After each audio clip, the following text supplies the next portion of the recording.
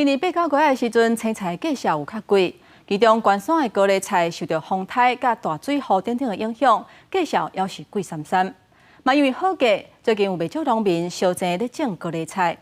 农粮署讲，从9月份开始，高丽菜在出货量是已经达到警戒红灯，总数是已经要600万丛，已经发出警示，提醒农民唔通烧这种，避免伫10月份的时阵，高丽菜会有产量过多的问题。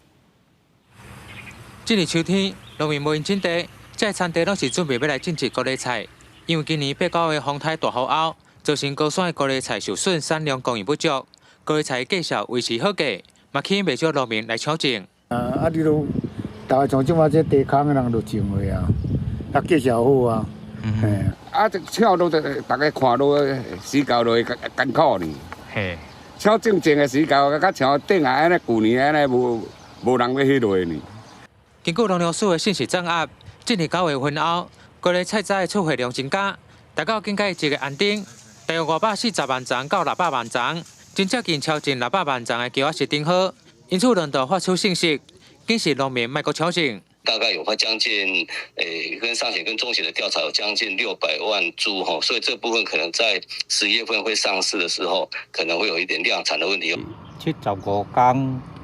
你若天气好，即马即期可能75天还未收去啊。有农民就讲，过去高丽菜生长期大约2个月尾，但现在若是要种植，该看后续气候。但现在佫传出高丽菜超种的情形，伊会考虑来种其他的大宗蔬菜。避免到时因为高丽菜种了多，了工割了钱，继续用你报道。